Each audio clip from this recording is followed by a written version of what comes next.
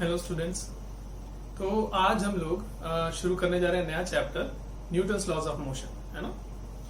तो अभी तक हम लोग काइनेमेटिक्स पढ़ते थे और इस चैप्टर से हम लोग अब डायनामिक्स की पढ़ाई शुरू करने जा रहे हैं। डायनामिक्स की पढ़ाई मतलब हम लोग अब फोर्सेस के बारे में स्टडी करना शुरू करने जा रहे हैं। फोर्सेस कितने तरह के होते हैं, कैसे लगते हैं, और फोर्स लगेगा किसी बॉडी पे तो उसका एक्सेलरेशन कितना होगा, और ये सब चीजें इस चैप्टर में हम लोग पढ़ने जा रहे हैं। ठीक है, तो सबसे पहले फोर्सेस कितने तरह के होते हैं इन पे बात कर लिया जाए। तो जितने भी नेचर में फोर्सेस मिले, जितने भी नेचर में फोर्सेस पाए जाते हैं, उनको कैटेगराइज किया गया तो 4 कैटेगरी मिली। 4 ही तरह के फोर्सेस होते हैं, 4 कैटेगरीज। कौन कौन सी? तो एक तो होता है ग्रेविटेशनल फोर्सेस, एक होता है इलेक्ट्रोमैग्नेटिक फोर्सेस, एक होते हैं स्ट्रॉन्ग न्यूक्लियर फोर्सेस, और एक होते हैं वीक न्यूक्लियर फोर्सेस, है ना। अब इनमें से ये जो स्ट्रॉन्ग न्यूक्लियर और वीक न्यूक्लियर फोर्सेस हैं, ये न्यूक्लियस के अंदर वाले फोर्सेस हैं। मतलब न्यूक्लियस के अंदर जो पार्टिकल्स हैं वो आपस में जब इंटरेक्ट करेंगे तो ये स्ट्रॉन्ग न्यूक्लियर और वीक न्यूक्लियर फोर्सेस वहां इफेक्टिव होते हैं। जैसे ही डिस्टेंसेस लार्ज हुए, ये फोर्सेस इनएक्टिव हो जाते हैं। स्ट्रॉन्ग न्यूक्लियर और weak nuclear forces large distances पे एक्टिव नहीं रह जाते हैं। तो स्मॉल मतलब कितना स्मॉल, कितने छोटे डिस्टेंसेस पे? तो बोला गया कि फर्मी के ऑर्डर, जैसे 10⁻15 मीटर को एक फर्मी कहा जाता है। उस ऑर्डर के जब डिस्टेंसेस होंगे दो बॉडीज के बीच में, और जो कि न्यूक्लियस के अंदर ही पाए जाते हैं। एटम का जो न्यूक्लियस होता है उसका डायमेंशन, उसका साइज कुछ फर्मी में होता है। तो उसके अंदर जो चीजें होती है, प्रोटॉन्स, न्यूट्रॉन्स, ये सारे, ये जब आपस में इंटरेक्ट करेंगे तो इनके बीच का सेपरेशन इतना छोटा है कि वहां पे स्ट्रॉन्ग न्यूक्लियर और वीक न्यूक्लियर फोर्सेस काम करते हैं, है ना। और बाकी जो है ग्रेविटेशनल फोर्सेस और इलेक्ट्रोमैग्नेटिक फोर्सेस, ये लार्ज डिस्टेंसेस पे भी एक्टिव रहते हैं, है ना। अब सोचो, सन का ग्रेविटेशनल फोर्स ने अर्थ को पकड़ रखा है, बांध रखा है, अर्थ घूम रहा है उसके चारों तरफ, है ना। तो इतने लार्ज डिस्टेंस पे एक्ट कर रहा है कि नहीं। तो ग्रेविटेशनल और इलेक्ट्रोमैग्नेटिक फोर्सेस लार्ज डिस्टेंस पे एक्टिव होते हैं। अच्छा, हम लोग जब क्लासिकल मैकेनिक्स की बात करते हैं, शुरू में बात हुई थी ना पिछले चैप्टर के शुरू में कि मैकेनिक्स में 3 पार्ट्स डिवाइड कर लिए गए, किस तरह का स्टडी है उसके बेसिस पे। इन्फिनेटली स्मॉल स्केल पे जब स्टडी हो रहा होता है तो उसको हम लोग क्वांटम मैकेनिक्स के अंदर में स्टडी करते हैं। जब फाइनाइट डायमेंशंस के मोशन का स्टडी हो रहा होता है तो उसको क्लासिकल मैकेनिक्स में स्टडी करते हैं। और जब इन्फिनेटली लार्ज डायमेंशंस के मोशन का स्टडी होता है तो उसको रिलेटिविस्टिक मैकेनिक्स में स्टडी किया जाता है। तो क्लासिकल मैकेनिक्स में देखा गया कि इन चारों जो कैटेगरी के फोर्सेस हैं, इनमें सबसे ज्यादा डोमिनेटिंग इलेक्ट्रोमैग्नेटिक फोर्सेस ही होते हैं। अब देखो, स्ट्रॉन्ग न्यूक्लियर और वीक न्यूक्लियर फोर्सेस तो न्यूक्लियस के अंदर वाले हो गए, मतलब बहुत छोटे लेवल के स्टडी के हो गए, तो वो तो बात ही है। लार्ज जैसे डिस्टेंसेस होते हैं तो वो इनएक्टिव हो जाते हैं, तो उनकी तो बात ही खत्म। बचे ये दोनों, ग्रेविटेशनल और इलेक्ट्रोमैग्नेटिक, है ना। तो होता क्या है कि अब जैसे 2 बॉडीज है, मान लो 2 ब्लॉक्स हैं जो कि 1 मीटर सेपरेशन पे रखे हैं। मान लीजिए दोनों का मास है 1 kg, एक केजी के 2 मासेस हैं, और दोनों पे चार्ज भी मान लेते हैं, 1 कूलम का चार्ज है दोनों पे, है ना। कोई कहे कि इन दोनों ने जो एक दूसरे पे ग्रेविटेशनल फोर्स लगाया वो कितना लगाया, तो आप लोग सुने होंगे ग्रेविटेशनल फोर्सेस का फॉर्मूला होता था ना, Gm1m2/r²। तो कैपिटल G जो यहाँ होता है, कैपिटल G इंटू m1m2/r²। तो जो कैपिटल G होता है वो ग्रेविटेशनल कांस्टेंट है, और उसका वैल्यू 6.67 इंटू 10⁻11 होता है। बहुत छोटा वैल्यू होता है, 10⁻11, है ना। तो अगर 2 1 kg के ब्लॉक्स हैं, 1 मीटर दूरी पे रखे हैं, तो एक दूसरे पे वो कितना ग्रेविटेशनल फोर्स लगा रहे होंगे। तो G मतलब 6.67 into 10⁻11 into 1 kg into 1 kg upon 1 का स्क्वायर, है ना, Gm1m2/r²। तो कितना आया? 10⁻11 के ऑर्डर का फोर्स आया। इतना छोटा फोर्स, जबकि यही दोनों जो ब्लॉक्स, इन पर अगर चार्ज दे दिया जाए 1 कूलम, और इनका इलेक्ट्रोमैग्नेटिक फोर्स एक दूसरे पे कितना लगा है ये पता किया जाए, तो आप लोग सुने होंगे इलेक्ट्रोस्टैटिक फोर्सेस होते हैं K Q1 Q2/r², है ना। तो K होता है 9 इंटू 10⁻9, ये जो कांस्टेंट है ये 9 इंटू 10⁻9 होता है, इंटू चार्ज है 1 कूलम दोनों का, Q1 Q2 तो 1 इंटू 1 हो गया, अपॉन में R बीच का दूरी है 1 मीटर, अपॉन में R का स्क्वायर किए 1 का स्क्वायर, तो कितना आया? 9 इंटू 10⁻9 न्यूटन। इतना बड़ा फोर्स आ गया, है ना। तो देखा जाए कि 1 ही मीटर दूरी पे जो 2 बॉडीज रखी हैं, उनका मास 1 kg लेते हैं अगर, तो जो फोर्स होता है वो ग्रेविटेशनल फोर्स होता है वो निग्लिजिबल है, 10⁻11 के ऑर्डर का है, जबकि उन्हीं पर अगर 1 कूलम का चार्ज दे दिया जाए तो जो इलेक्ट्रोस्टैटिक फोर्स है वो बहुत बड़ा हो जाता है ना, 9 to 10⁻9 बहुत बड़ा नंबर है कि नहीं। तो इसका मतलब कि फाइनाइट लेवल पे जब स्टडी किया जाएगा सब चीजों का तो इलेक्ट्रोमैग्नेटिक फोर्सेज ही डोमिनेट करते हैं, तो उन्हीं के बेसिस पे जनरली पढ़ाई किया जाएगा। जैसे दो मासेज रखे रहेंगे तो उन पे चार्ज वगैरह देके रख दिए मान लीजिए, तो हम सोचेंगे भी नहीं कि ये लोग ग्रेविटेशनल फोर्स एक दूसरे पे कितना लगा, उसको भूल ही जाएंगे, उसका मतलब ही नहीं रह गया कुछ, है ना, क्योंकि जब इलेक्ट्रोमैग्नेटिक फोर्सेज इतने स्ट्रांग है कि ये सब छोटे मोटे फोर्सेज खत्म हो गए, उनका कोई मतलब नहीं रह गया। जब लार्ज लेवल का स्टडी करते हैं, बहुत बड़े लेवल पर जब स्टडी शुरू करते हैं, तो वहां पर क्या होता है, ग्रेविटेशनल फोर्सेज मैटर करते हैं। अब जैसे सोचो सन और अर्थ के आपस में जो फोर्सेज हैं उनको अगर स्टडी किया जाए, सन में भी बहुत सारा एटम्स हैं, सारे एटम्स में प्रोटॉन्स हैं, इलेक्ट्रॉन्स हैं, मतलब चार्जेस हैं। अर्थ में भी बहुत सारे एटम्स हैं, सब में इलेक्ट्रॉन्स है, प्रोटॉन्स है, चार्जेस यहाँ पर भी है। तो वो वहां के चार्जेस, सन के चार्जेस अर्थ के चार्जेस को अट्रैक्ट, रिपेल ये सब करते होंगे, है कि नहीं। लेकिन इनकी बात नहीं होती। जब भी हम बोलते हैं सन और अर्थ का मोशन स्टडी करें तो ग्रेविटेशनल फोर्स के बेसिस पे ही सारी बात कर लेते हैं। कभी ये नहीं सोचते कि वहां के चार्जेस यहाँ के चार्जेस को रिपेल भी तो कर रहे होंगे या अट्रैक्ट भी तो कर रहे होंगे, है ना। उसके पीछे भी रीजन है, देखो क्या है कि ग्रेविटेशनल फोर्सेस हमेशा अट्रैक्टिव होते हैं, हमेशा अट्रैक्टिव होते हैं। तो सन में जितना मास है वो सारा का सारा मास एलिमेंट अर्थ के सारे मास एलिमेंट को अट्रैक्ट ही कर रहा है, तो सब जुड़ के एक बड़ा फोर्स दे देते हैं। लेकिन इलेक्ट्रोमैग्नेटिक फोर्सेस अट्रैक्टिव भी होते हैं और रिपल्सिव भी होते हैं। अब जैसे सन का जितना प्रोटॉन्स हैं, सन के अंदर जितने भी प्रोटॉन्स होंगे वो अर्थ के अंदर जितने प्रोटॉन्स हैं उनको रिपेल भी कर रहे हैं, और अर्थ के अंदर जितने इलेक्ट्रॉन्स हैं उनको अट्रैक्ट भी कर रहे हैं, है कि नहीं। तो अट्रैक्टिव फोर्सेस, रिपल्सिव फोर्सेस दोनों हैं, सब कैंसिल आउट होकर नेट फोर्स ऑलमोस्ट 0 हो जाता है कि नहीं।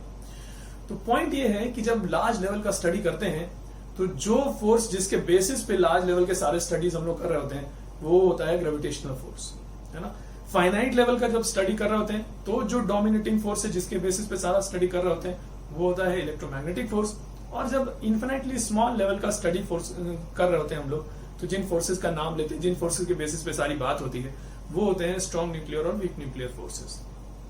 अच्छा, तो हम लोग क्लासिकल मैकेनिक्स में भी हैं, तो ऑब्वियसली अभी फाइनाइट लेवल का स्टडी हम लोग करने जा रहे हैं। जितने फोर्सेस आपको इस पढ़ाई के दौरान मिलने वाले हैं उनमें से ऑलमोस्ट सारे फोर्सेस इलेक्ट्रोमैग्नेटिक ही होंगे जिनको हम लोग पढ़ रहे होंगे। एक बस ग्रेविटेशनल फोर्स का हम लोग अलग से एक चैप्टर पढ़ लेते हैं, और वो भी देखो क्या जरूरत पड़ जाती है फाइनाइट लेवल के स्टडी में ग्रेविटेशनल फोर्सेस की, कि हम लोग रहते हैं अर्थ पे। अब अर्थ का मास बहुत ज्यादा है, तो अर्थ किसी बॉडी को कोई ब्लॉक रख दे, कोई मास रख दे 1 kg का, तो अर्थ उस मास पे जो फोर्स लगाएगा वो नेग्लिजिबल नहीं रह गया। क्यों? ठीक है, जी बहुत छोटा है, कैपिटल जी का वैल्यू बहुत छोटा है, लेकिन अर्थ का मास तो बहुत ज्यादा है ना। तो जब हम लिखेंगे capital G into mass of earth into mass of body upon r square, तो ये नेग्लिजिबल नहीं रह जाएगा, ये अच्छा खासा फोर्स आ जाएगा। इसलिए फाइनाइट लेवल के स्टडी में भी एक ग्रेविटेशनल फोर्स है जिसका हम नाम लेते हैं, जिसके बारे में पढ़ते हैं, वो है अर्थ का ग्रेविटेशनल फोर्स के बारे में, है कि नहीं। चलिए, अच्छा, तो ये तो बात हुई कि जो कैटेगरी है 4 तरह के फोर्सेस होते हैं, ये बात की है हम लोग। न्यूटन्स लॉज हम लोग पढ़ने जा रहे हैं। सबसे पहले एक चीज को साइड किया जाए, न्यूटन साहब के जो लॉज का स्टेटमेंट है ये आप सब लोग को आता है, एक बार इसको लिख के कॉपी में अलग किया जाए, है ना। चलिए, अच्छा, तो सबसे पहले न्यूटन्स लॉज के स्टेटमेंट में पहला लॉ लिखते हैं, न्यूटन्स फर्स्ट लॉ हेडिंग डाल के, और उसमें उसका स्टेटमेंट लिख दीजिए। आप लोग जानते होंगे, इसको कहते हैं हम लोग लॉ ऑफ इनर्शिया, है ना। तो इसमें कहा गया कि कोई बॉडी अपना स्टेट चेंज नहीं करना चाहता है, तब तक चेंज नहीं करेगा जब तक बाहर से फोर्स लगा के उसको मजबूर ना किया जाए, ठीक है ना। लिख दिया जाए, a body remains in its state, bracket में करके लिख दीजिएगा, स्टेट ऑफ रेस्ट और of uniform motion, bracket close, until compelled by some external agent to act otherwise। इसका मतलब समझाते हैं, क्या बोले हमने कहा, a body remains in its state, bracket में लिखे स्टेट ऑफ रेस्ट और ऑफ यूनिफॉर्म मोशन।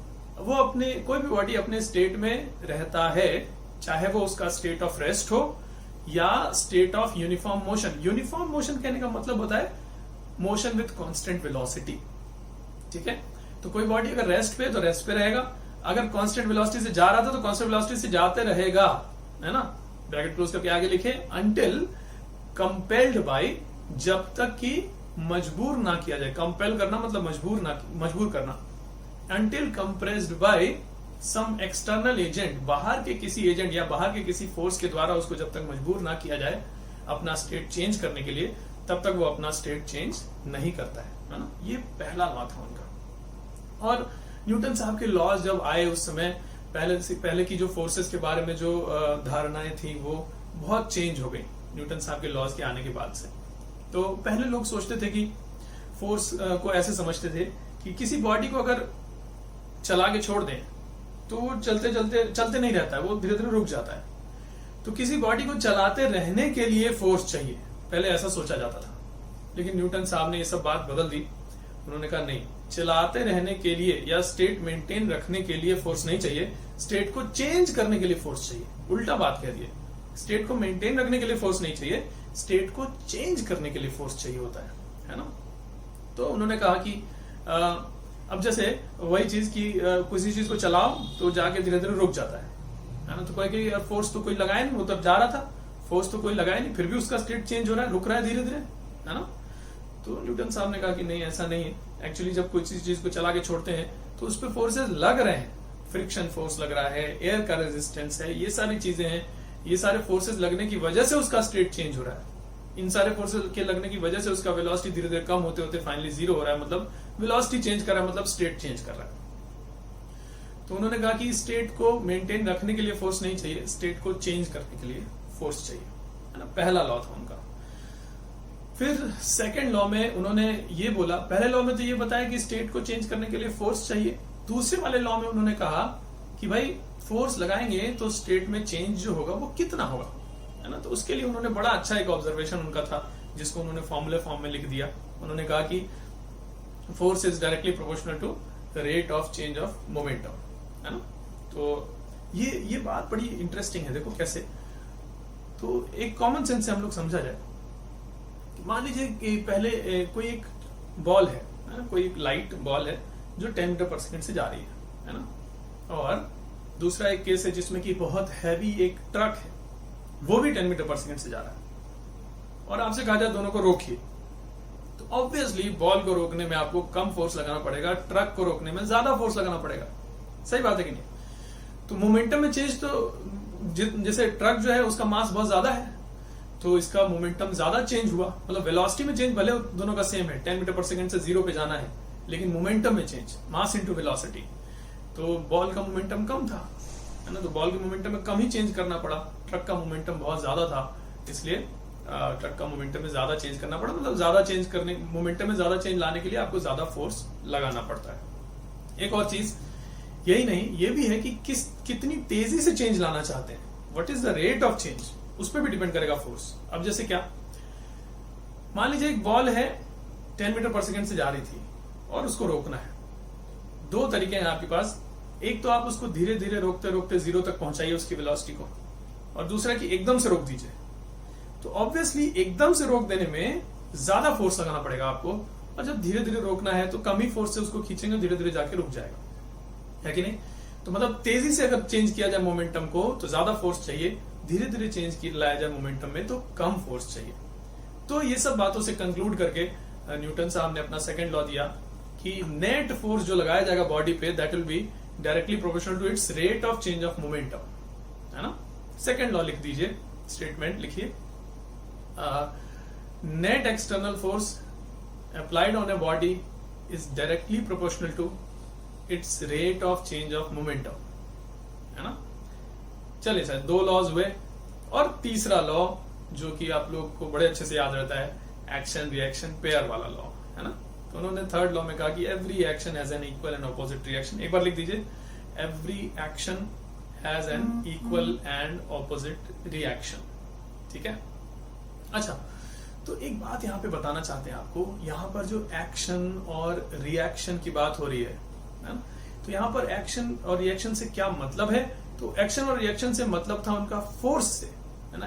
कोई फोर्स के बारे, एक्शन और रिएक्शन फोर्सेस के लिए नाम लिए जा रहे हैं कि अगर ए ने बी पर कोई फोर्स लगाया तो उसका रिएक्शन भी होगा, मतलब बी भी ए पर उसी का उल्टे डायरेक्शन में फोर्स लगाएगा। इक्वल एंड ऑपोजिट, उतने ही मैग्नीट्यूड का और उल्टे डायरेक्शन में फोर्स लगाएगा। तो एक्शन और रिएक्शन यहाँ पर फोर्सेस के बारे में नाम लिए गए हैं। थोड़ा सा इस बात को ध्यान रखेंगे, वेलोसिटीज नहीं है एक्शन और रिएक्शन, मोमेंटम नहीं है, कोई अदर वेक्टर नहीं है, फोर्सेज है। एक्शन और रिएक्शन फोर्सेज है। अच्छा, थोड़ा इसके बारे में हम लोग को बात करना चाहिए। जो एक्चुअली आप लोग का जो पहला असाइनमेंट है जो मिलेगा, उसमें एक्शन रिएक्शन वाले ही क्वेश्चंस हैं। न्यूटन्स लॉ का पहला जो असाइनमेंट है, सारे क्वेश्चन उसमें थर्ड लॉ पे बेसिस है, न्यूटन्स थर्ड लॉ पे बेस्ड है। एक्शन रिएक्शन वाले ही सारे फोर्सेस हैं। तो पहले थोड़ा सा action reaction pair of forces के बारे में थोड़ा सा बात करते हैं, है ना। देखिए, होता ये है, सबसे पहले तो एक्शन रिएक्शन फोर्सेस जो होते हैं वो इक्वल और अपोजिट होते हैं। मतलब एक्शन वाला फोर्स जितने मैग्नीट्यूड का था, रिएक्शन वाला फोर्स उतने ही मैग्नीट्यूड का होगा और ऑपोजिट डायरेक्शन का होगा, है ना। अच्छा, एक एग्जांपल बोलते हैं, जैसे ऐसा बोलते हैं ना कभी कभी लोग कि ये बताओ कि कोई बॉक्स है मान लीजिए, और उसको मैंने 10 न्यूटन का फोर्स लगाया और मान लीजिए वो चल पड़ा, है ना। मतलब उसका स्टेट चेंज हो गया। मैंने फोर्स लगाया, उसका स्टेट चेंज हो गया। 10 न्यूटन का फोर्स लगाया था मैंने इस डायरेक्शन में, मान लीजिए इधर कोई ईस्ट डायरेक्शन है ना। फिर न्यूटन साहब का थर्ड लॉ कहता है कि 10 न्यूटन इस एक्शन वाले फोर्स का भी एक रिएक्शन वाला फोर्स होगा। मतलब कि 10 न्यूटन का ये जो फोर्स है वो ईस्ट की तरफ है, तो इसका जो रिएक्शन वाला फोर्स होगा वो भी 10 न्यूटन का होगा और वेस्ट की तरफ होगा, है ना। तो कोई कहे कि यार फोर्सेस आर वेक्टर्स, एक वेक्टर है ईस्ट डायरेक्शन में 10 न्यूटन का, दूसरा वाला जो रिएक्शन वाला फोर्स है वो भी वेक्टर है वेस्ट डायरेक्शन में 10 न्यूटन का, दोनों को जोड़ें तो नेट फोर्स तो 0 हो गया। तो जब नेट फोर्स 0 हो गया तो ये जो बॉक्स है उसका स्टेट चेंज क्यों हुआ, क्यों चला वो, है ना। नेट फोर्स 0 हो जाएगा तो क्यों चलेगा। तो ऐसा नहीं है। बड़ी इंपॉर्टेंट बात action reaction pair of forces के लिए ये होती है कि एक्शन रिएक्शन वाले जो फोर्सेस होते हैं वो अलग अलग बॉडीज पर लगते हैं, एक ही बॉडी पर नहीं। ए ने बी पर जो फोर्स लगाया है, अगर उसको एक्शन वाला फोर्स कह रहे हैं तो उसका रिएक्शन वाला फोर्स बी ए पर लगाएगा। पहला वाला फोर्स अगर ए पर लगा है, पहला वाला फोर्स अगर बी पर लगा है तो दूसरा वाला ए पर लग रहा है, नहीं, अलग अलग बॉडीज पे दोनों फोर्सेस लगते हैं। अब जैसे हमारे एग्जाम्पल में जो ईस्ट की तरफ 10 न्यूटन का फोर्स था वो किस पर लगा, बॉक्स पर, और उसका रिएक्शन वाला जो फोर्स जो वेस्ट की तरफ 10 न्यूटन का फोर्स था वो मेरे ऊपर लगा, है कि नहीं। एक फोर्स बॉक्स पे लगा, दूसरा मेरे ऊपर लगा। अब होता यह है कि जिस चीज का मोशन स्टडी कर रहे हैं उस पर लगने वाले फोर्सेस देखे जाते हैं। ये नहीं कि उसने किस पर कितना लगाया, नहीं, जिसका मोशन स्टडी कर रहे, बड़ी इंपॉर्टेंट बात बोल रहे हैं हम, जिसका मोशन स्टडी कर रहे हैं उस पर लगने वाले फोर्सेस देखे जाते हैं। अब जैसे यहां पर हम लोग बॉक्स का मोशन स्टडी कर रहे हैं तो बॉक्स पर कौन कौन सा फोर्स लगा, बॉक्स पर तो उनमें से एक ही 10 न्यूटन वाला लगा ना जो ईस्ट की तरफ था, दूसरा वाला तो उस पर लगा ही नहीं, दूसरा वाला तो मेरे ऊपर लगा, है कि नहीं। तो अब बॉक्स का स्टडी कर रहे हैं तो उस पर बोलेंगे एक ही फोर्स लगा 10 न्यूटन का ईस्ट की तरफ, इसलिए वो चला गया, नेट फोर्स 0 थोड़ी है कि नहीं। अच्छा, तो ये बात हुई। अच्छा, एक और बात देखो, न्यूटन साहब ने ये भी कहा ये जो एक्शन रिएक्शन वाले फोर्सेस होंगे ना, हमेशा ये सेम नेचर के, सेम कैटेगरी वाले होते हैं। अब जैसे 4 कैटेगरी बताए थे ना, ग्रेविटेशनल, इलेक्ट्रोमैग्नेटिक, स्ट्रॉन्ग न्यूक्लियर और वीक न्यूक्लियर। तो अगर एक्शन वाला जो फोर्स है वो ग्रेविटेशनल नेचर का है तो उसका रिएक्शन वाला फोर्स भी ग्रेविटेशनल नेचर का ही होगा, है ना। अगर इलेक्ट्रोमैग्नेटिक नेचर का था एक्शन वाला तो रिएक्शन वाला फोर्स भी इलेक्ट्रोमैग्नेटिक नेचर का ही होगा, है ना। अच्छा, एक चीज और बोले, ये जो हम कह रहे हैं ना एक्शन वाला फोर्स, रिएक्शन वाला फोर्स, ये कोई नया फोर्स नहीं है। नेचर में तो जो फोर्सेज है वो फिक्स है, नहीं। टेंशन वाला फोर्स, धागे में टेंशन, या नॉर्मल फोर्स, या स्प्रिंग वाला फोर्स, ये फोर्सेज हैं कुछ नेचर के जो फिक्स्ड है कि नहीं। 2 चार्जेस के बीच का फोर्स और एंड सो ऑन। ये एक्शन और रिएक्शन वाले फोर्सेज क्या नए तरह के 2 फोर्स हैं? नहीं, नया तरह का फोर्स नहीं है, इनमें से ही कहीं होगा। जैसे अभी बोल रहे थे ना कि एक्शन वाला फोर्स अगर ग्रेविटेशनल नेचर का है, एक्शन वाला फोर्स, रिएक्शन वाला फोर्स, ये नाम रखा गया फोर्सेस को। अब जैसे ए ने बी पे कोई फोर्स लगाया, चाहे इलेक्ट्रोमैग्नेटिक फोर्स मान लो लगाया, ए ने बी पर अगर इलेक्ट्रोमैग्नेटिक फोर्स लगाया, तो हम लोग कह सकते हैं अगर उसको एक्शन वाला फोर्स बोला जाए, उसका नाम रखा जाए कि चलो उसको एक्शन वाला फोर्स बुलाएंगे हम, तो बी ने ए पर जो उसके बदले में लगाया होगा इलेक्ट्रोमैग्नेटिक फोर्स, उसको हम लोग रिएक्शन वाला फोर्स बोलेंगे, है ना। तो अलग से 2 फोर्स नहीं है, तो वही फोर्सेज है नेचर में जो ऑलरेडी हैं, जो 4 कैटेगरी वाले थे, उन्हीं में से कोई फोर्स होगा जिसको हम लोग एक्शन या रिएक्शन वाला फोर्स बुलाएंगे। चलिए, अच्छा, एक छोटा सा एग्जाम्पल लेते हैं और एक्शन रिएक्शन वाले फोर्सेस को और थोड़ा समझते हैं, फिर आगे बढ़ेंगे। छोटा सा एक एग्जांपल, चलिए मान लीजिए कि टेबल है, टेबल के ऊपर एक ब्लॉक रखा हुआ है ना। इस ब्लॉक पे इस ब्लॉक को अर्थ अट्रैक्ट कर रहा होगा, ग्रेविटेशनल फोर्स से अपनी तरफ खींच रहा होगा, मतलब नीचे की तरफ खींच रहा होगा, ठीक है कि नहीं। फिर कोई कहे कि ये ब्लॉक नीचे क्यों नहीं भाग जा रहा है, क्यों, क्योंकि टेबल उसको नीचे जाने से रोक रहा है ना। ब्लॉक टेबल के ऊपर रखा है तो अर्थ उसको नीचे खींच रहा होगा ब्लॉक को, लेकिन टेबल उसको नीचे जाने से रोक रहा होगा, ऊपर की तरफ पुश कर रहा होगा ताकि नीचे ना जाए, है ना। तो टेबल ने ब्लॉक पर ऊपर की तरफ फोर्स लगाया, अर्थ ने ब्लॉक पर नीचे की तरफ फोर्स लगाया। इनका कुछ नाम रख देते हैं। मान लो अर्थ ने जो ब्लॉक को नीचे की तरफ खींचा है ना, उस वाले फोर्स को F1 नाम दे रहे हैं, और टेबल ने ब्लॉक को जो ऊपर की तरफ ढकेल रखा है उस फोर्स को F2 नाम दे रहे हैं, है ना। तो ब्लॉक पर ये फोर्स लग रहा है।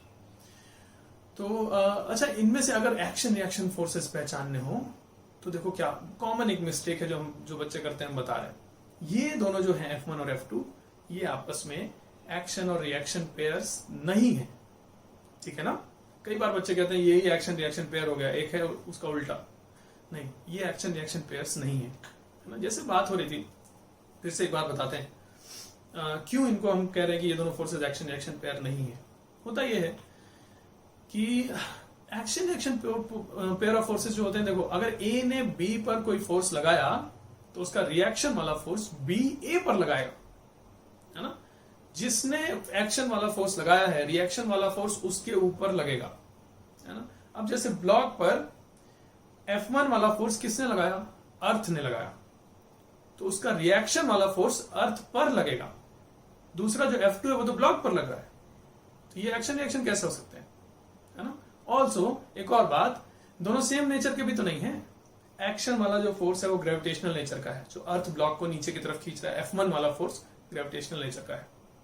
और जो F2 फोर्स है, टेबल ने ब्लॉक को ऊपर ढकेला, ये क्या ग्रेविटेशनल नेचर का फोर्स है, नहीं, ये तो इलेक्ट्रोमैग्नेटिक नेचर का फोर्स है।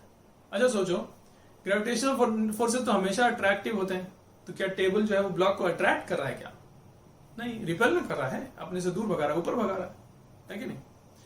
क्या strong nuclear weak nuclear forces है क्या, ये न्यूक्लियस के अंदर की बात तो हो नहीं रही, तो ये तो गलत, ये तो strong nuclear weak nuclear forces तो है नहीं। बचा क्या, इलेक्ट्रोमैग्नेटिक चार्जेस की वजह से टेबल उस ब्लॉक को ऊपर ढकेल रहा होगा। टेबल के आउटर सरफेस पे जो इलेक्ट्रॉन्स होंगे, यानी इलेक्ट्रॉन बाहर बाहर होते हैं एटम के, तो टेबल के आउटर सरफेस पे जो इलेक्ट्रॉन्स होंगे, ब्लॉक के आउटर नीचे वाले जो सरफेस है उस पर जो इलेक्ट्रॉन्स होंगे वो एक दूसरे को रिपेल कर रहे होंगे, ऐसा कुछ होगा नहीं, इलेक्ट्रोमैग्नेटिक नेचर का होगा ना।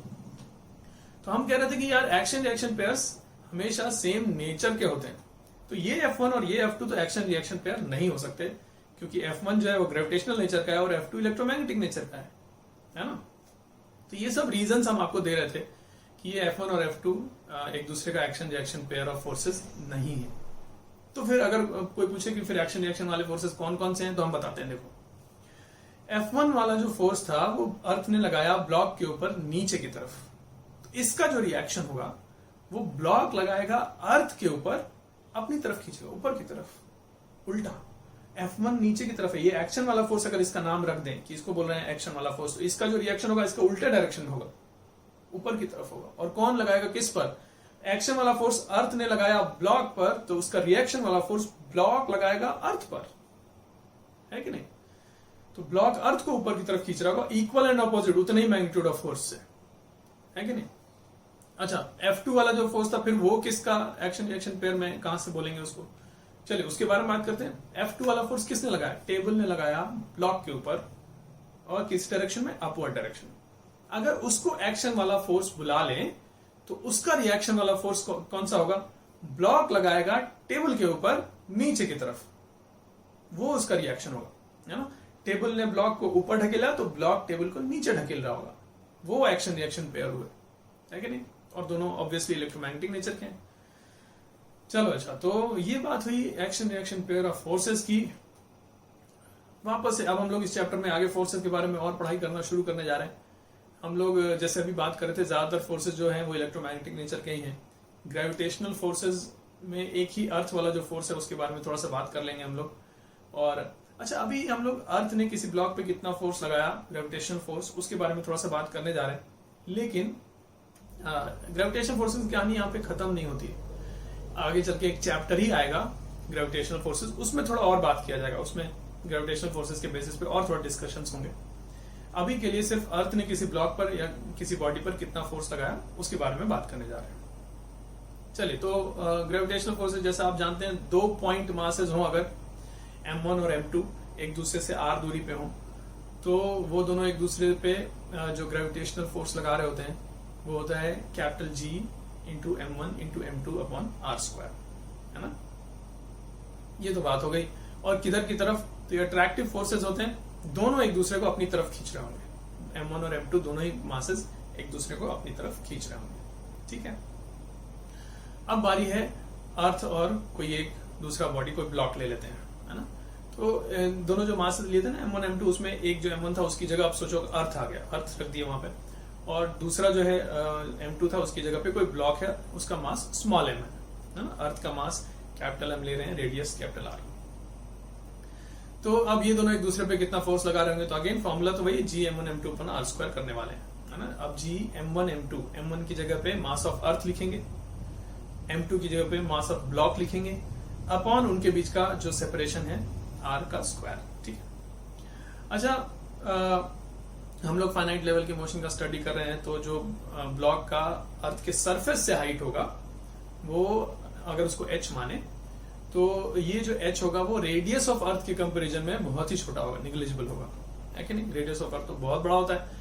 अब जो हाइट h लेंगे हम लोग, कुछ मीटर्स में होगा, 100 मीटर 10 मीटर ऐसा कुछ होगा, तो रेडियस ऑफ अर्थ के कंपैरिजन में वो निग्लिजिबल है। तो जो सेपरेशन लिखेंगे, अर्थ के सेंटर से ब्लॉक के बीच का जो गैप है उसको कितना लिखा जाए, है तो वैसे कितना, radius of earth plus h, surface से ब्लॉक का दूरी h ले रहे हैं, तो सेंटर से सरफेस तक रेडियस ऑफ अर्थ और फिर प्लस h, इतना हुआ ना गैप।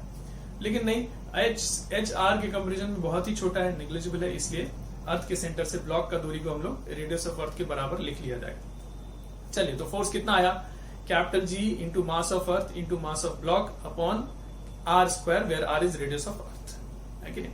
अब इसमें से capital G is a constant, mass of earth is a constant, नीचे में जो रेडियस ऑफ अर्थ है वो भी कांस्टेंट है, तो सारे कांस्टेंट टर्म्स एक साथ लिख दिए जाए, इनटू मास ऑफ ब्लॉक ऐसा लिखा हुआ है ना। तो मास of block into G capital M upon capital R², इतना हुआ। अब ये जो कांस्टेंट्स हैं, कैपिटल G, मास ऑफ अर्थ और रेडियस ऑफ अर्थ, इनका वैल्यू पुट कर दिया जाए, सॉल्व कर लिया जाए, तो ये चीज 9.8 के आसपास आ जाती है। और इसी चीज को शॉर्ट में हम लोग स्मॉल g लिख देते हैं। तो कितना फोर्स आया, m mass of block into small g आ गया, mg जिसको बुलाते हैं। ये जो स्मॉल g हम लोग यूज करते आ रहे हैं पिछले चैप्टर से, ये क्या है, ये एक नंबर है, capital G into mass of earth upon radius of अर्थ का स्क्वायर। ये चीज का वैल्यूज अगर सबका पुट करके सॉल्व करें तो ये 9.8 के आसपास आता है, जिसको स्मॉल g लिखा जाता है, ठीक है ना। तो इसका मतलब अर्थ ने ब्लॉक पर mg फोर्स लगाया, m into small g, mass of block into small g।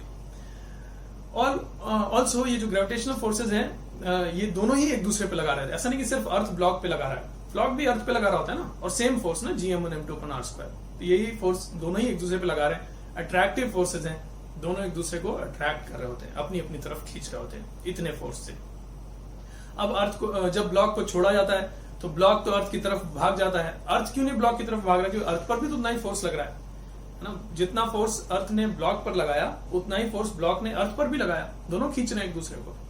तो जब छोड़ते हैं तो ब्लॉक क्यों भागता है, अर्थ क्यों नहीं ब्लॉक की तरफ भागता है।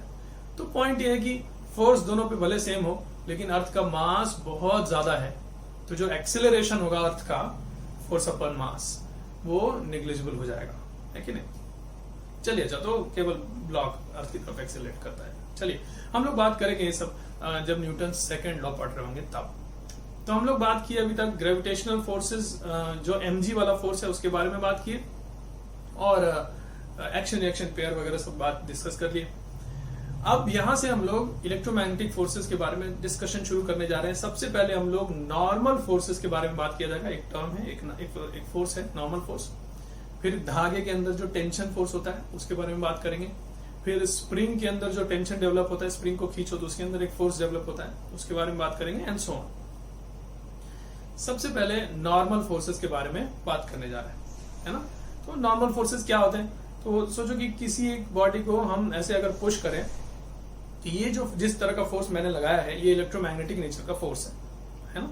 ग्रेविटेशनल तो है नहीं, और स्ट्रॉन्ग न्यूक्लियर वीक न्यूक्लियर भी नहीं, इलेक्ट्रोमैग्नेटिक ही है। यहाँ के सरफेस के जो इलेक्ट्रॉन्स होंगे इस सरफेस के इलेक्ट्रॉन्स को पुश कर रिपल कर रहा हूँ, है ना। तो ये जो कांटेक्ट फोर्स है, किसी चीज को कांटेक्ट में लेके उसको ढकेला जाए, तो ये जो फोर्सेस होते हैं इनको नॉर्मल फोर्स कहते हैं। तो नॉर्मल फोर्स क्या है? दो सरफेसेस जब आपस में कांटेक्ट में आते हैं तो एक दूसरे पे जो रिपल्सिव फोर्स लगाते हैं इस फोर्स को ही नॉर्मल फोर्स कहा जाता है ना। फिर से बोल रहे हैं, दो फोर्सेस जब आपस में कांटेक्ट में आएंगे तो एक दूसरे पे जो रिपल्सिव फोर्स, दो सरफेसेस जब एक दूसरे के कांटेक्ट में आएंगे तो एक दूसरे पे जो रिपल्सिव फोर्सेस लगाएंगे उसी को नॉर्मल फोर्स कहते हैं, ठीक है ना। ये एक इलेक्ट्रोमैग्नेटिक नेचर का फोर्स होता है, ठीक है। अच्छा, तो देखो होता क्या है कि हम लोग अब जब क्वेश्चंस डिस्कस कर रहे होते हैं ना तो एक टर्म बार बार नाम लेते हैं हम लोग, फ्री बॉडी डायग्राम बना रहे हैं, ऐसे बोलते हैं कि हम जो बना रहे हैं अभी वो फ्री बॉडी डायग्राम है। तो पहले एक बात समझते हैं कि ये फ्री बॉडी डायग्राम होता क्या है ना। अब देखो कोई क्वेश्चन में कोई एक सिस्टम ऑफ बॉडीज है, बहुत सारे ऑब्जेक्ट्स हैं किसी क्वेश्चन में। मान लो एक ब्लॉक भी है, एक प्लैंक है, एक रॉड है, एक सिलेंडर है, ये सारी चीजें, ये सारी चीजें यूज होती हैं क्वेश्चंस में, है ना। ब्लॉक, अच्छा थोड़ा इन सब के बारे में थोड़ा बोल दें, है ना, क्या क्या चीजें यूज होती हैं। ब्लॉक, जब हम कहते हैं ब्लॉक तो जनरली हमारा मतलब होता है कि एक कोई क्यूबॉइड या क्यूब शेप का कोई बॉडी है जिसका कुछ मास है, वो एक ब्लॉक होता है कि नहीं। हम लोग कहते हैं प्लैंक बोलते हैं तो इसका मतलब होता है एक पटरा, है ना। जैसे प्लैंक होता है ना, वुड का प्लैंक नहीं, पटरा। एक पटरा है लेकिन उसका जो थिकनेस है वो निग्लिजिबल है, उसमें एरिया तो है, लेंथ है, ब्रेड्थ है, थिकनेस बहुत कम है, निग्लिजिबल सा है, तो उसको हम लोग एक प्लैंक बुलाते हैं, थिकनेस बहुत छोटा रहेगा। फिर हम लोग बोलते हैं एक रॉड। तो जब हम लोग रॉड कहते हैं तो रॉड का जो एरिया ऑफ क्रॉस सेक्शन है वो हम लोग निग्लिजिबल मानते हैं, सिर्फ लेंथ होगा, area of cross section negligible होगा। और एक होता है वेज, है ना। वेज कैसा होता है कि एक प्रिज्म शेप का स्ट्रक्चर हो जिसका एक इंक्लाइन सरफेस हो, एक बेस हो और एक वर्टिकल ऐसा हो। तो प्रिज्म शेप का ऐसा स्ट्रक्चर बनेगा ना, एक फेस ये, एक फेस ये, एक फेस ये, और फिर इधर और इधर जो ट्रायंगुलर फेसेस हैं ऐसे, है कि नहीं। तो इसको हम लोग एक वेज बुलाते हैं। तो ये टर्म्स यूज करते हैं हम लोग क्वेश्चंस में। अच्छा चलिए, अच्छा तो हम बात कर रहे थे कि मान लीजिए फ्री बॉडी डायग्राम, पहले हम समझा रहे थे कि किसको कहते हैं, है ना।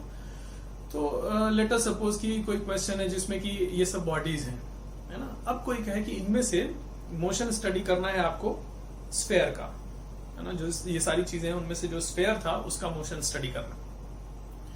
तो होता यह है कि जिस ऑब्जेक्ट का स्टडी कर रहे हैं, मोशन स्टडी कर रहे हैं, उसको हम लोग बॉडी बुलाते हैं। और फ्री बॉडी का मतलब उसको पहले फ्री करते हैं, बाकी सारे जो बॉडीज हैं उनको नहीं बनाते हैं, उसका अलग से डायग्राम बनाते हैं, है ना। जो जिसका मोशन स्टडी हो रहा है उसको बनाएंगे, बाकी चीजों को हटा के, बाकी चीजों को नहीं बनाएंगे, सिर्फ उसका डायग्राम बनाएंगे। तो ये होगा फ्री बॉडी डायग्राम। लेकिन एक और चीज, बाकी चीजों को सिर्फ हटा देने से काम नहीं चलेगा, बाकी चीजें उससे जहां जहां से कांटेक्ट में थी, जो जो फोर्सेस लगा रही थी इस बॉडी पर, जब हम इस बॉडी को फ्री करके इसका फ्री बॉडी डायग्राम बनाएंगे तो इस पर ये फोर्सेस ड्रॉ करने होंगे। अब जैसे कि कोई वेज है, वेज ने स्फेयर पे जो फोर्स लगा रखा था, वो जब इसको फ्री करके बनाएंगे इस स्फेयर को तो उस पर वो फोर्स बनाना होगा। तो जो बाकी इसके आसपास जो बॉडीज हैं उन सारे बॉडीज ने इस पर जो जो फोर्सेस लगाए वो फोर्सेस भी इस डायग्राम में बनेंगे। तो हम लोग इसको कहते हैं, ये है इसका फ्री बॉडी डायग्राम, फ्री करके इसका डायग्राम बना दिया। चलिए, अच्छा तो फ्री बॉडी डायग्राम भी हम लोग को सीखते चलना है। जैसे जैसे हम लोग फोर्सेस के बारे में सीख रहे हैं ना, तो किसी क्वेश्चन में फ्री बॉडी डायग्राम कैसे बनाएंगे इस फोर्स से करस्पॉन्डिंग, वो भी सीखते चलना है। सबसे पहले हम लोग नॉर्मल फोर्स के बारे में सीख रहे हैं। हम लोग अभी तक बात की है कि नॉर्मल फोर्सेज इलेक्ट्रोमैग्नेटिक नेचर के होते हैं। दो बॉडीज आपस में जब कांटेक्ट में आती हैं, उनके सरफेसेस आपस में जब कांटेक्ट में आते हैं तो एक सरफेस दूसरे सरफेस पे नॉर्मल फोर्स लगाएगा और उसका रिएक्शन मतलब दूसरा भी पहले वाले पे नॉर्मल फोर्स लगाएगा। तो किसी फ्री बॉडी डायग्राम में हम लोग जब नॉर्मल फोर्सेस बना रहे होते हैं तो किधर की तरफ बनाते हैं, इनका डायरेक्शन क्या होता है। तो इसके लिए एक छोटा सा रूल है जो हमेशा मन में रखना चाहिए, ध्यान रखना चाहिए। नॉर्मल फोर्स किसी भी फ्री बॉडी में हमेशा कांटेक्ट सरफेस से बॉडी की तरफ बनाया जाता है ना। ऑब्वियसली कांटेक्ट सरफेसेस एक दूसरे पे लगा रहे होते हैं नॉर्मल फोर्स। बॉडी कौन है? जिसका मोशन स्टडी हो रहा है, जिसका हम लोग फ्री बॉडी डायग्राम बना रहे हैं। तो कांटेक्ट सरफेस से उस बॉडी की तरफ नॉर्मल फोर्स बनेगा हमेशा, ठीक है ना। तो जैसा कि मान लीजिए कि एक ब्लॉक है जो कि ग्राउंड पर रखा है। अगेन हम यहाँ पे एक बार ग्राउंड भी क्लेरिफाई करना चाहते हैं कि ग्राउंड बोल रहे होंगे तो क्या मतलब। हम लोग जब कहते हैं कि ये ग्राउंड है तो उसका क्या मतलब, उसका मतलब ये नहीं होता कि जमीन, लिटरली जमीन की बात नहीं हो रही। ग्राउंड का मतलब any horizontal surface that is parallel to the surface of earth. कोई भी सरफेस जो कि अर्थ के सरफेस के पैरेलल, उसको ग्राउंड बुलाया जा सकता है कि नहीं। तो बुलाने का ढंग है ये, ग्राउंड बुला दिए उसको। अब जैसे छत पे कोई एक्सपेरिमेंट कर रहा हो तो छत का जो फ्लोर है उसको ग्राउंड बुला सकते हैं, है ना। ऐसा नहीं कि जमीन पे जाएंगे तभी ग्राउंड होगा, नहीं। चलिए, अच्छा, तो कोई ग्राउंड है जिसके ऊपर एक ब्लॉक रखा हुआ है। अच्छा, फिर से बोलते हैं हम, ग्राउंड का मतलब any horizontal surface parallel to the surface of earth. Earth अलग होता है, ग्राउंड अलग होता है, ये भी बात है ना। Ground is not same as earth. Earth पूरा अर्थ है जिसका बड़ा मास है और जो ग्रेविटेशनल फोर्सेज लगा रहा होता है बॉडीज पर। ग्राउंड किसी के ऊपर ग्रेविटेशनल फोर्स नहीं लगा रहा होगा। ग्राउंड मतलब बस एक सरफेस जो कि पैरेलल है अर्थ के सरफेस के। अब वो थोड़ी ब्लॉक पे ग्रेविटेशनल फोर्स mg लगा रहा है। ब्लॉक पर ग्रेविटेशनल फोर्स जो है जिसको हम mg बोलते हैं, वो कौन लगा रहा होता है, अर्थ लगा रहा होता है, वो अलग है। चलिए, जब वापस आते हैं, ग्राउंड पर एक ब्लॉक रखा हुआ है, इस ब्लॉक का फ्री बॉडी डायग्राम बनाना है। तो देखो कैसे करें। पहले तो क्वेश्चन में क्या बना हुआ है, ग्राउंड बना हुआ है, उसके ऊपर ब्लॉक रखा हुआ है, ये बना हुआ है डायग्राम। हम लोग क्या करेंगे, फ्री बॉडी डायग्राम बना रहे ब्लॉक का, तो पहले तो ग्राउंड नहीं बनाएंगे, सिर्फ ब्लॉक अलग से बना रहे हैं, ठीक है। अब इस पे लगने वाले फोर्सेस ड्रॉ करने होंगे। तो सबसे पहले तो ग्रेविटेशनल फोर्स पता ही है सबको, अर्थ की तरफ मतलब नीचे की तरफ होता है, तो mg बना दिए, ग्रेविटेशनल फोर्स नीचे की तरफ। अब कॉन्टैक्ट फोर्सेस की बारी आई, तो देखेंगे कि हमारे क्वेश्चन में ये जो बॉडी है कि बाहरी कितने सरफेसेस के साथ कॉन्टैक्ट में था। तो ये जो ब्लॉक है बाहरी सिर्फ ग्राउंड के सरफेस के साथ कॉन्टैक्ट में था, मतलब एक कॉन्टैक्ट फोर्स बनाना होगा, है ना। ये चीज देखना होता है, जितने सरफेसेस से कॉन्टैक्ट में है उतने कॉन्टैक्ट फोर्सेस बनाने होंगे। तो हमने काउंट किया, देखा कि हाँ बाहर से बस एक ही ग्राउंड है जिसके साथ वो कॉन्टैक्ट में है, तो वहीं से एक कॉन्टैक्ट फोर्स बनाना होगा। कॉन्टैक्ट फोर्स ये कौन सा होगा, ये नॉर्मल फोर्स होगा। किधर की तरफ होगा, तो सरफेस ऑफ कॉन्टैक्ट से बॉडी की तरफ। कौन से बॉडी, जिसका फ्री बॉडी डायग्राम बना रहे हैं, ब्लॉक का फ्री बॉडी डायग्राम बना रहे हैं। तो सरफेस जो है ग्राउंड का, जहां से कॉन्टैक्ट फोर्स लग रहा है नॉर्मल फोर्स, वहां से ब्लॉक की तरफ नॉर्मल फोर्स बनेगा, ठीक है। तो ये हो गया, दो फोर्सेज हो गए, नीचे की तरफ ग्रेविटेशनल फोर्स mg, एक हो गया नॉर्मल फोर्स ऊपर की तरफ। ब्लॉक के ऊपर यही दोनों फोर्सेस बस लग रहे हैं, है ना। तो इस तरीके से हम लोग फ्री बॉडी डायग्राम बनाते हैं।